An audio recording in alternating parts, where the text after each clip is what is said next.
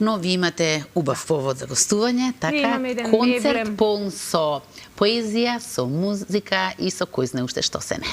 Повелете. Така е, добро утро. Официјално и од мене, Марко, драго ми е што на гледачите, а посебно пак на битолчани ќе им дадеме една отворена покана за еден убав настан кој што во деновите на општина Битола на идната седмица ќе биде едно убаво дружење. За прв пат во твоево творештво ќе ја спакуваш и музиката, ќе ја спакуваш и поезијата и убавите зборови на едно место и ќе ги подариш на битолската публика во офицерски дом. Да. Па одамна е ова идеја да направам нешто ваков склоп. Еднаш и во Скопје се случи тоа, но тогаш беше поезијата и музиката не беа баш наменски направени едно за друго. Овој пат секоја моја песна доби своја музика. Така да премиерно ќе биде во Битола по повод 80 години од ослободувањето на градот и мене ми е навистина драго што токму во нашата Битола, и твоја и моја, ќе биде за прв пат овој проект представен. Мевлем се вика, да. Од каде Мевлем? Па Мевлем е сега кога ги слушам вестите, додека Искра ги читаше и нашето секојдневие е нешто што е навистина болно и тешко за нашите души и за нашите мисли. Веќе сме, тоа не е од сега. Постојано сме под стрес од се што слушаме, колку и да сакаш да бидеш имун на состојбите во земјава или можеби она што во Шпанија во моментов се случува, ние сме луѓе, ние не можеме едноставно да се изземеме од нивната трагедија и од толку жртви човечки. Тоа е секојдневно и јас не памтам во некои вести на било која телевизија да сум чул убава вест. Најчесто сето тоа е за вакви непогоди, за починати, за војни, земјотреси, за сиромаштија, за глад.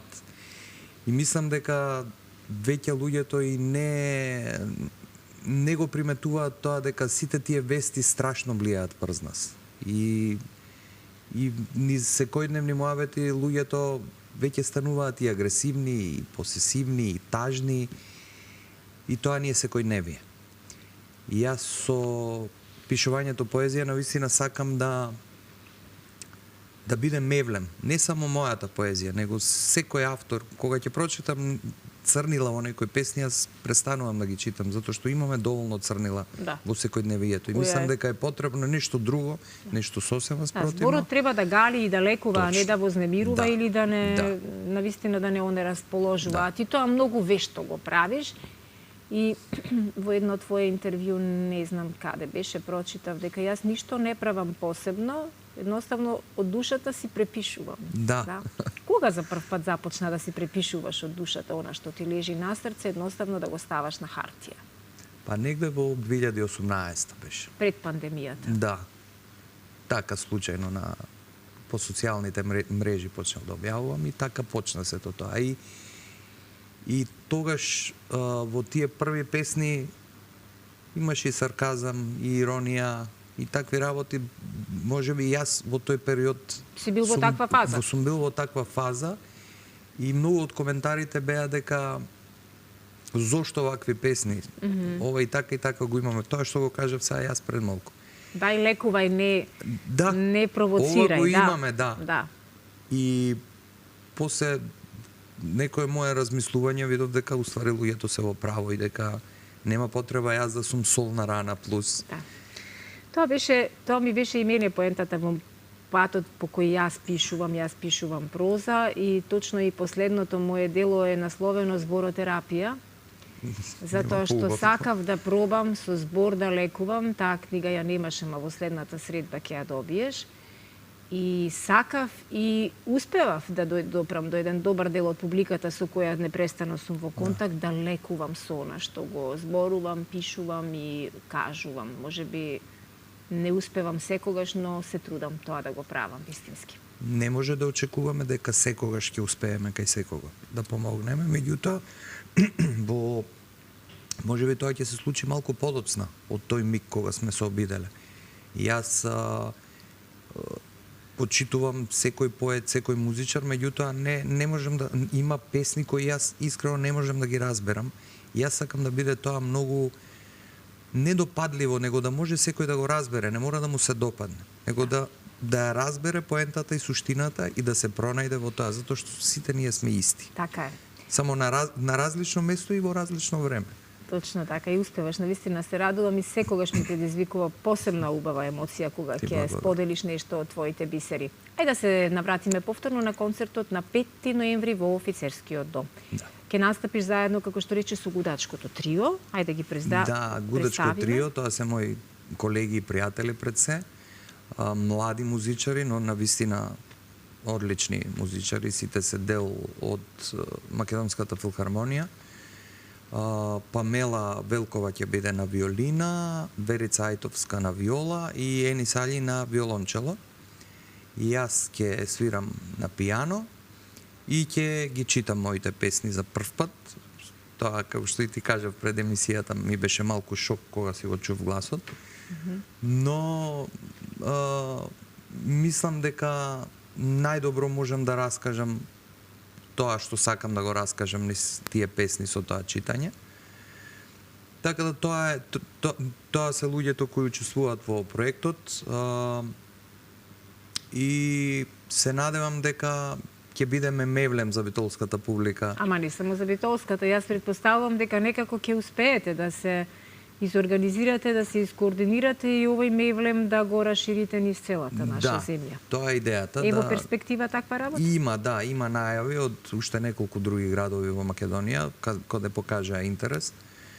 Но мислам дека сите чекаат да го видат првиот концерт за да знаат за што се работи. Може би и не знаат. И ова би сакал да се заблагодарам на Борче Димитровски од Битола, кој навистина секогаш излегува пресрет на сите уметници и заедно со градоначалникот, господин Тони Коњановски и целата екипа што ја прави културната програма во Битола, затоа што Битола во последните години навистина прави, и поготово со Офицерскиот дом, како е вратен во живот. Се врати во живот. Да, градот навистина живее убави културни денови и ноќи. Не да се фалиме, ама од секогаш навистина во Битола и кога не беше во функција Офицерскиот дом, Битола има една добра бројка на публика која знае што сака и што очекува. Да.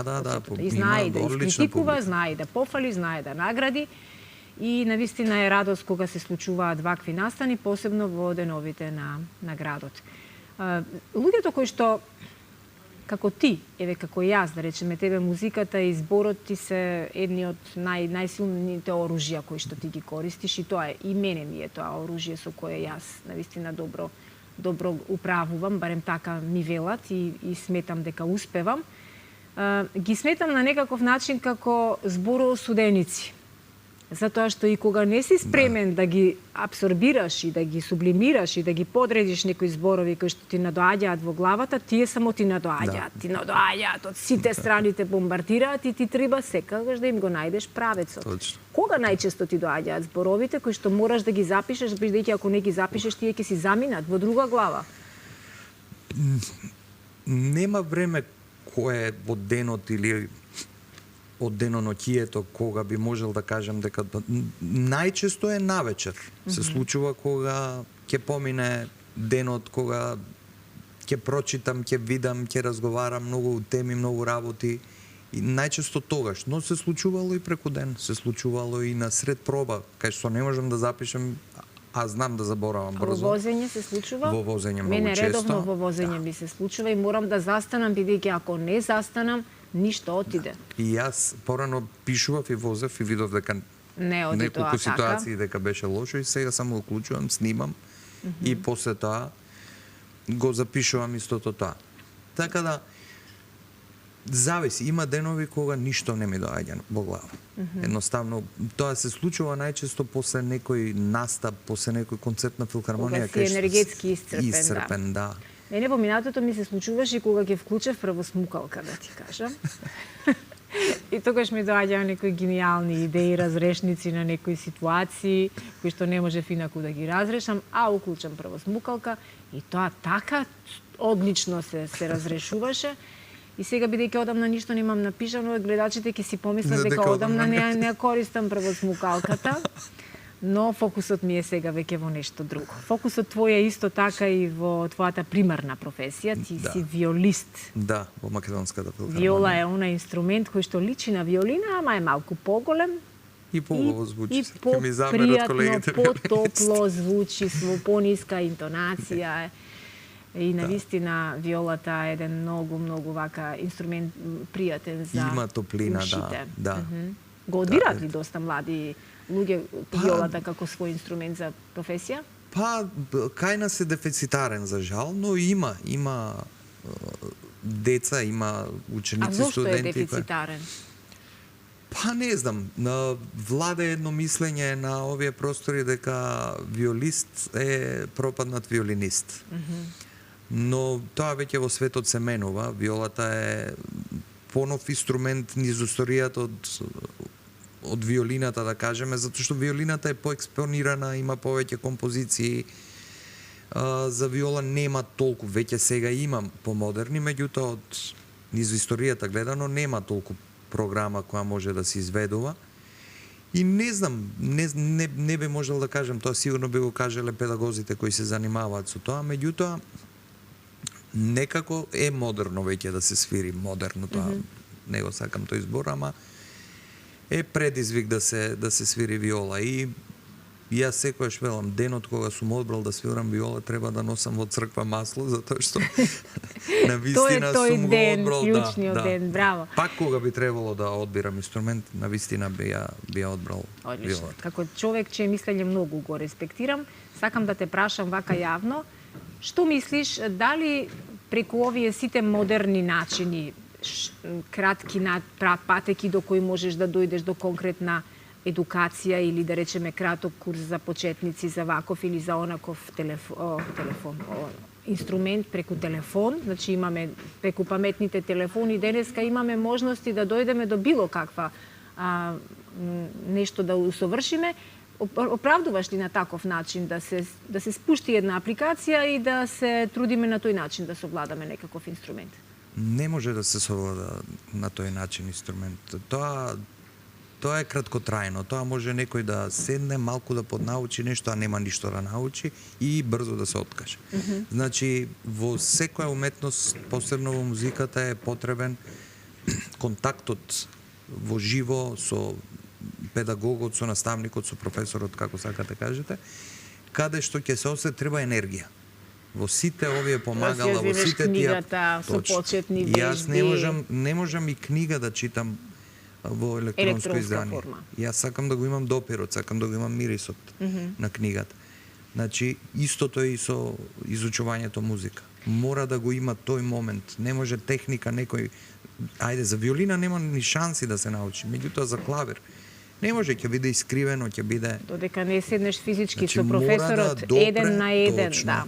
Јас мислам дека најголем виновник за сето ова е овој животов кој што ни отиде некако на Инстаграм. Се е инста, се е заменски, се е на некој пократок, полесен, побрз начин да се направи, па дури и таква една инстант кариера, каква што многумина се трудат да ја добијат, дури и луѓе кои што се не се јавни личности, сакаат да бидат славни, сакаат да направат некаква своја препознатливост, сакаат да бидат некаков си бренд на социјалните мрежи кој ми се чини дека само им создава стрес, притисок и на крај незадоволство. Затоа што ти не можеш да бидеш среќен ако се трудиш само да му се допаднеш на некој кој не го ни познаваш, а длабоко во себе си несреќен, осамен и нереализиран. Тоа е исто као љубовта. Не може човек да сака други, да сака некога ако сам не се сака. Да. Истото е тоа, значи треба, јас и во една песна сум го напишал истото. За да те засакам, треба прво сам да се засакам. Исто за да биде некој среќен до тебе, треба ти да си среќен. И треба да ја има таа енергија. На сета таа технологија таму нема енергија. Колку да звучи клише овој муабет, затоа се децата такви какви се. И твојата прогноза е вака, да го заокружиме разговорот, што мислиш овие нови наши генерации на деца? Ќе пишуваат ли поезија како што твоите генерации, моите генерации, па и други генерации, да речеме, со поезија се освојуваше срцето на една жена едно време? Па се надевам, не знам. Има млади деца кои сакаат да го прават тоа, меѓутоа пак се навраќаме на тоа дека се заслепени од таа технологија, дека живеат во друг свет, за кој за жал ние мора да го прифатиме, меѓутоа треба да им посочуваме дека има нешто друго. И треба да читаат.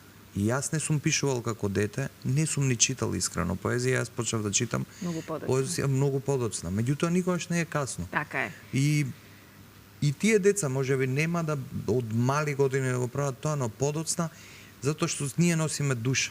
Ние не сме вештачка интелигенција. Кога тогаш кај некого тоа ќе се разбуди таа потреба, дали да прочита или да напише, дали да слушне некоја музика и да освои нечие срце, секако нема да може да освои нечие срце со слика на Инстаграм или да го освои, тоа ќе трае кратко. Да. Така да верувам дека тоа ќе продолжи таа убавина да траеш. И само уште многу кратко те молам, ти си виолист во Македонската филхармонија, што имаме на репертоар, нешто што ќе можеме за овој ноември да ги поканиме гледачите? Има преубави концерти, бидејќи Македонската филхармонија слави 80 години од постоењето, таа е најстара институција во моментов во Македонија.